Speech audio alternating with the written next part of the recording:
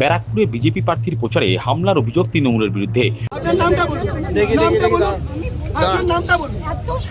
আপনার নাম কি বলুন? আমার নাম কৌশিক বিশ্বাস। বলুন। ওনার নাম মহুয়া বিশ্বাস। বলুন। হাত জোর করে বলছি। আমরা হাত জোর করে আমরা যেখানে দয়া করুন একটুখানি। আমরা ক্রিটিক্যাল কন্ডিশনে রয়েছি বাবা। আমাদের দয়া করুন। আমরা জানেন কি পরিস্থিতির মধ্যে দিয়ে আমরা জানেন কি পরিস্থিতি আছে।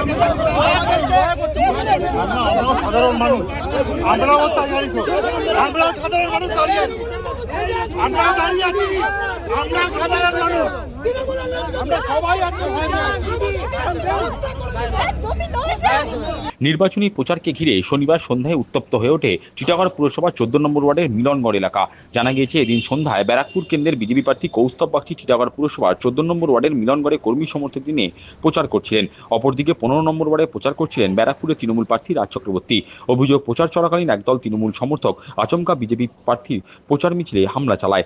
এছাড়াও বিজেপি প্রার্থীর উদ্দেশ্যে তারা জয় বাংলা স্লোগান দিতে থাকে। পাল্টা জয় শ্রীরাম স্লোগান দেন বিজেপি কর্মীরাও। এরপরে উভয় পক্ষের মধ্যে বচসা থেকে হাতাহাতি শুরু হয়। ঘটনার প্রতিবাদে বিজেপি প্রার্থী কৌস্তব বাগচির নেতৃত্বে দলীয় কর্মী সমর্থকরা পিকে বিশ্বাস মোড় সংলগ্ন বিটি রোড অবরোধ করে বিক্ষোভ দেখায়। উত্তেজনার খবর পেয়ে ঘটনাস্থলে খড়দা ও টিটাগড় থানার বিশাল পুলিশ বাহিনী এবং কেন্দ্রীয় বাহিনী পৌঁছে পরিস্থিতি সামাল দেয়। ব্যারাকপুরের বিজেপি প্রার্থী কৌস্তব বাগচির অভিযোগ, স্থানীয় কাউন্সিলর সামা পারভিনের নেতৃত্বে বহিরাগতরা তার উপর হামলা চালিয়েছে। করছিলাম মিলনগড়ে 14 নম্বর ওয়ার্ডে, তখন শামা পারভিনের নেতৃত্বে একদল দুষ্কৃতী, কিছু চেনা কিছু অচেনা, তাদের সবার হাতে আগ্নেয়াস্ত্র, তাদের সবার কোমরে গোঁজা আগ্নেয়াস্ত্র নিয়ে তারা হামলা করেছিল। পাশের ওয়ার্ডে রাজ চক্রবর্তী একটি র্যালি করছিলেন। রাজ চক্রবর্তী মানুষের ভোটে জিততে পারবেন না বুঝেই তিনি মনে করেছেন নমিনেশনের পিরিয়ড চলে গেছে, এই সময় কৌস্তব বাগচিকে প্রাণে মেরে দিলে নির্বাচনটা জিতে যাওয়া যায়। মূর্খের স্বর্গে বাস করছেন তারা সবাই ইকুইপ ছিল, সবাই আর্মস অ্যামিউনিশন তাদের কোমরে ছিল। শামা পারভিনের নেতৃত্বে কিছু অচেনা কিছু চেনা। শামা পারভিন 14 নম্বর ওয়ার্ডের তৃণমূলের কাউন্সিলর, তার সাথে কিছু চেনা কিছু অচেনা মুখ, সমস্তটাই অভিযোগপত্রে আছে, সমস্তটা গেছে। আমরা ভিডিও দিয়েছি, লিখিত অভিযোগ দিয়েছি। তাদেরকে গ্রেফতার করতে হবে এবং তাদেরকে অ্যারেস্ট করে তাদেরকে আইনগত তাদের ব্যবস্থা নিতে হবে। এদিকে ঘটনাস্থলে হাজির হয়ে নোয়াপাড়া কেন্দ্রের বিজেপি প্রার্থী অর্জুন সিং বলেন, যাদের বিরুদ্ধে থানায় অভিযোগ দায়ের করা হয়েছে তাদের অবিলম্বে গ্রেপ্তার করতে হবে, কিন্তু গ্রেপ্তার না করলে বড় ধরনের ঘটনা ঘটলে তার দায় পুলিশ কমিশনারেটের উপর বর্তাবে। এখন এফআইআর হয়েছে, আমরা বলেছি যদি 24 ঘন্টার মধ্যে এই আসামিগুলো, এখানকার কাউন্সিলর, তার হাজবেন্ড আর 4-5 জনের নামে এফআইআর আমরা করেছি, ইমিডিয়েট 24 ঘন্টার মধ্যে তাদেরকে অ্যারেস্ট করতে হবে। যদি অ্যারেস্ট না করে ইলেকশন কমিশন কাছে আমরা ইমিডিয়েট এটা করব।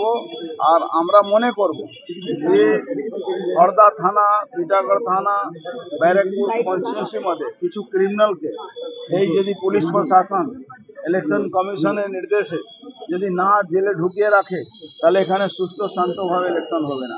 এখানে ক্রিমিনাল যারা কাউন্সিলর হয়ে গেছে, ক্রিমিনাল এখানে যারা